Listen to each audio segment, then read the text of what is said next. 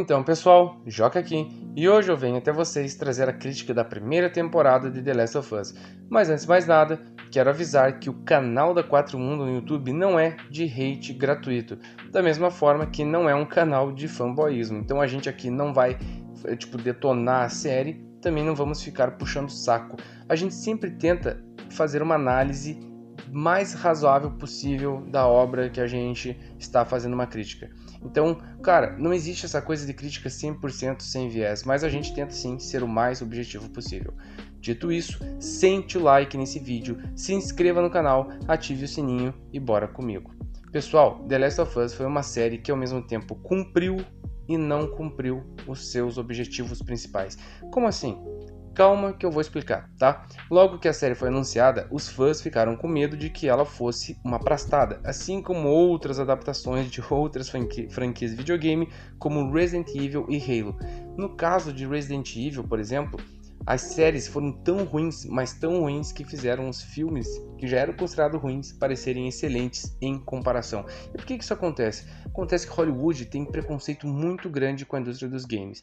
Ela não considera os games como um entretenimento de primeira classe, e sim como um entretenimento de segunda mão. Então eles não dão a mínima ali para os personagens, para a trama e para a lore das franquias que eles estão adaptando. Então eles ou substituem a trama do game por artifícios baratos de Hollywood, como tiros, explosões e mulheres gostosas seminuas, como fizeram nos filmes de Resident Evil, né? Botando a Milla Jovovich, um monte de zumbis, explosões para todo lado, ou eles substituem a trama do game por algo que eles considerem importante, como o ideal político do diretor, que geralmente são ideais progressistas de esquerda, e é o caso aqui de Halo, onde o Master Chief está ali como um chamariz para a série, mas a série de fato é sobre uma mulher asiática de sexualidade indefinida enfrentando um sistema de opressão. Enfim, sempre acontece uma dessas duas coisas e estraga totalmente a experiência para quem é fã dos games. Já em The Last of Us, isso não aconteceu.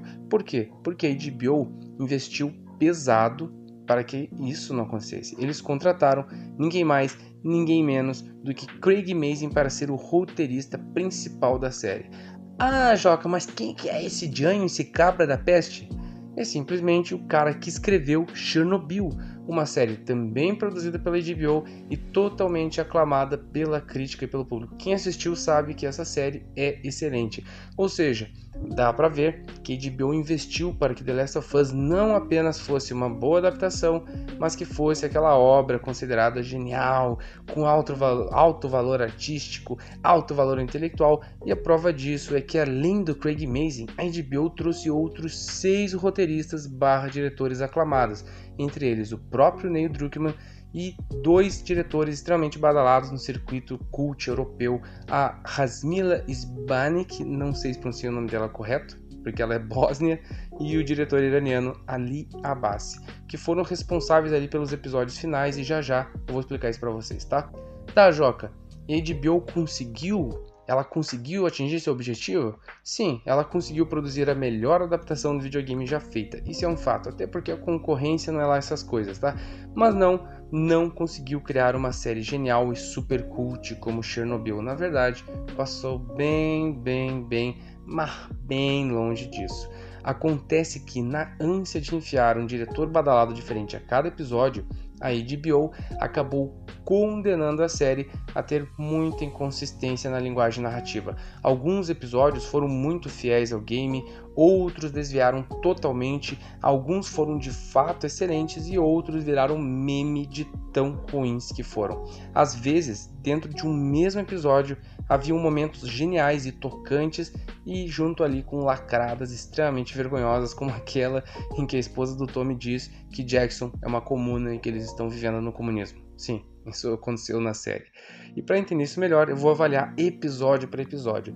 No episódio 1, tá? A gente vê que ele foi escrito e dirigido pelo próprio Craig Mazin e não à toa foi o melhor de todos, disparado, sendo uma unanimidade e aplaudido até pelos haters. Eu, por exemplo, fui assistir para hatear, para fazer vídeo de comédia, de humor para vocês.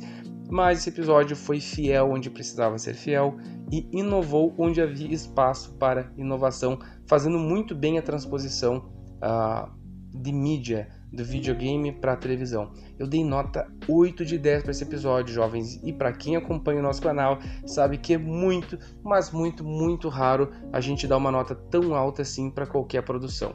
Depois veio o episódio 2, e esse foi o único que o Neil Druckmann dirigiu. Ele começou mais ou menos, até legalzinho, foi um episódio meio morno ali, do início ao fim, tentou trazer os infectados, os instaladores como ameaça, mas ficou meio que repetindo jumpscare baratos, sendo que no final teve ainda aquela cena do beijo infectado que pra mim retirou todo o peso da morte da Tess, roubou a cena totalmente, converteu a experiência de drama pra comédia, e por isso eu dei nota 6 de 10 para esse episódio. Aí então veio o famigerado episódio 3, dirigido por ninguém menos que Peter Hower, o cara que foi responsável por alguns dos melhores episódios de Demolidor da Netflix, ou seja, tinha tudo para ser excelente, mas aqui esse diretor foi obrigado a tirar leite de pedra dirigindo um drama homossexual melancólico, arrastado, extremamente mal desenvolvido sobre o Bill, que é um personagem secundário no game, que nessa versão aqui era mais bonzinho, e era um velho gay que acha outro velho gay no buraco da casa dele. Sim, coincidentemente ele chega lá no quintal da casa dele, numa armadilha, cai um velho que, assim como ele, é gay também. E aí, depois que ele dá um prato de comida pro cara, os dois pulam na cama e começam cenas de sexo extremamente constrangedoras e repulsivas, de um lambendo o peito peludo do outro, e depois eles mergulham ali num relacionamento homossexual, como se aquilo fosse o ápice do romance. Eles ficam plantando moranguinho, tampando os olhinhos um do outro. Oh, surpresa, moranguinho, cara, é muito vergonhoso. E no final ali, pra tentar dar algum conflito, o Frank é um personagem que nem aparece no game, que foge com uma bateria, deixando uma carta de ódio pro Bill. Ele fica doentinho, à beira da morte. Isso faz com que, poeticamente, meio tragicamente, Romeu e Julieta, o Bill decida se suicidar para não viver sem o amor da sua vida. Enfim, um filler totalmente destoante da narrativa principal. Ele literalmente não desenvolve nada a narrativa principal, só serve para o Joel pegar ali algumas armas ou uma comidinha para levar para a viagem, e apenas desperdiçou o tempo de tela que podia ser usado para avançar e desenvolver melhor a trama principal. Para essa prastada aqui eu dei a nota 4 de 10. Não tem como dar mais que isso. 4 de 10 pelo esforço do figurino, da edição de som, da paleta de cores, sei lá, do resto da equipe de produção que trabalhou, que não merece ganhar 0 por causa do roteirista, tá bom? Depois disso, vieram os episódios 4 e 5, que contam uma história só, que é aquele arco de Kansas City, onde o Joel e a Ellie ajudam ali uma dupla de irmãos a fugir dos rebeldes que derrotaram a Fedra e tomaram o poder daquela cidade. E aqui eles usam corretamente os infectados, fazendo eles parecerem de fato uma ameaça, algo que não tinha acontecido desde o primeiro episódio, tá? No primeiro episódio eles conseguiram fazer a pandemia, os infectados parecer uma ameaça, mas lá no segundo episódio não. No terceiro episódio a gente nem teve infectados, não teve nada da luta e da ação contra infectados que a gente tem no game, tá? Porém, nesse episódio, a chegada dos infectados no último minuto no último minuto da trama, funcionou meio que como um deus ex machina. Pra quem sabe um pouco de roteiro, sabe que isso é uma extrema gafe, uma extrema cagada de roteiro você usar ex machina. E ele serviu para salvar o Joel e a Ellie da garra da vilã daquele episódio, que era a Rose, lá dos 2 homens e meio. E além disso, a morte dos 2 irmãos lá ali no final foi muito anticlimática e forçada. Então eu dei nota 6 de 10 para o episódio 4 e nota 7 de 10 para o episódio 5. E esses episódios foram dirigidos pelo Jeremy Webb, que tem entre seus trabalhos alguns episódios de Umbrella Academy e vários episódios da aclamada primeira temporada de Justiceiro Netflix. Não à toa esse arco foi muito bem desenvolvido. Já o episódio 6 foi dirigido pela Jasmila Izbenek, uma diretora bósnia que foi muito aclamada no Festival de Veneza com seu filme Quo Vadis Aida, que conta a história de uma mãe que vê seus filhos indo para campos de extermínio durante os horrores da guerra entre bósnios e sérvios lá na década de 90. Não à toa, esse foi um dos melhores episódios, com os melhores diálogos, sendo o que mais desenvolveu o personagem do Joel, tendo como único ponto baixo aquela fala vergonhosa, cringe, lacrante da mulher do Tommy de que Jackson era na verdade uma comuna e que eles estavam todos vivendo as maravilhas do comunismo. Enfim, Eu dei 8 de 10 para esse episódio, apesar dele não ter tido nada de ação, apesar dele ter finalmente cravado que o Joel da série não é o Joel do Game 1, é o Joel lá do Game 2 da franquia. Um Joel mais cansado, mais velho, mais fraco, mais melancólico e bem mais carentão, tá? Mas ainda assim foi um excelente episódio, dei nota 8 de 10. Já o episódio 7 foi dirigido por uma tal Lisa Johnson, que tem ali nos seus trabalhos American Horror Story, ou seja, dá pra ver a pegada adolescente que ela tem em séries adolescentes, e foi ela que adaptou a DLC Left Behind, tá? Pra mim, esse foi outro filler, um romance adolescente aguado que pausou a narrativa principal em um momento em que ela estava pegando fogo, bicho. Tá, o Joel estava esfaqueado, estava à beira da morte, aí ele estava sozinha, desprotegida, num território hostil. Então eu queria muito ver o que estava acontecendo na história e de repente eles voltam alguns anos para mostrar duas adoletontas lá num shopping lá de Namorico. Cara, mesmo com a cena final da infecção da Riley, da morte da Riley, mesmo assim foi um episódio muito aguado, eu só tava torcendo para ele acabar logo e voltar à narrativa principal. Para esse episódio eu dei a nota 5 de 10. Já o episódio 8 foi dirigido pelo tal ali, diretor iraniano Ali Abbasi. Pesquisando sobre ele, eu vi que ele foi 7 vezes indicado para a maior premiação de filmes cult da Europa, e ele foi o idealizador do filme Holy Spider, que foi o maior sucesso dele. Um longa que conta a história de uma jornalista fictícia investigando uma série real de assassinatos cometido por um serial killer iraniano. Abbasi dirigiu bem o episódio 8, tá? Ele conseguiu fazer a proeza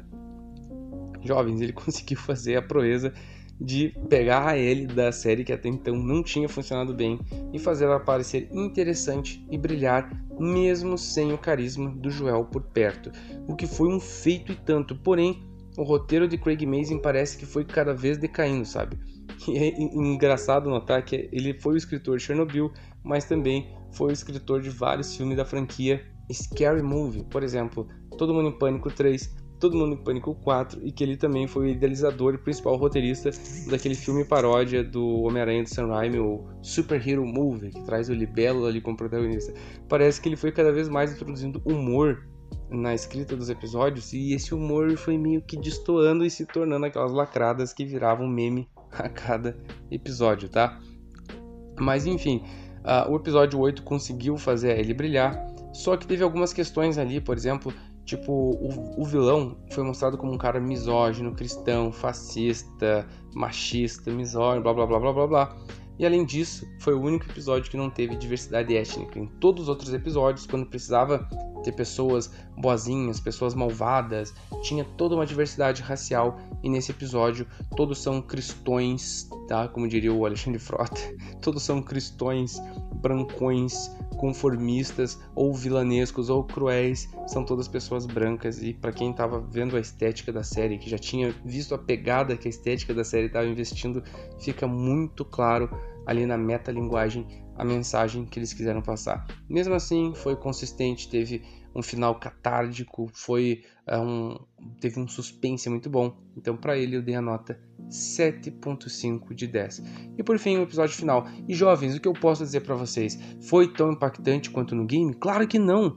Mas olha, passou muito longe, e simplesmente porque The Last of Us é um jogo de sobrevivência, ação e terror. Essas coisas funcionam de forma totalmente diferente na telinha do videogame do que na telinha da televisão. Um game sempre será mais imersivo que uma série, um filme, pelo simples fato de você estar no controle, na pele do protagonista. Isso muda totalmente a forma como você encara os personagens, e o elo emocional que você cria com eles acaba sendo totalmente mais forte. Já na série você assiste tudo meio de longe e depende da habilidade do diretor e do roteirista para conseguir imergir na história e se relacionar com os personagens.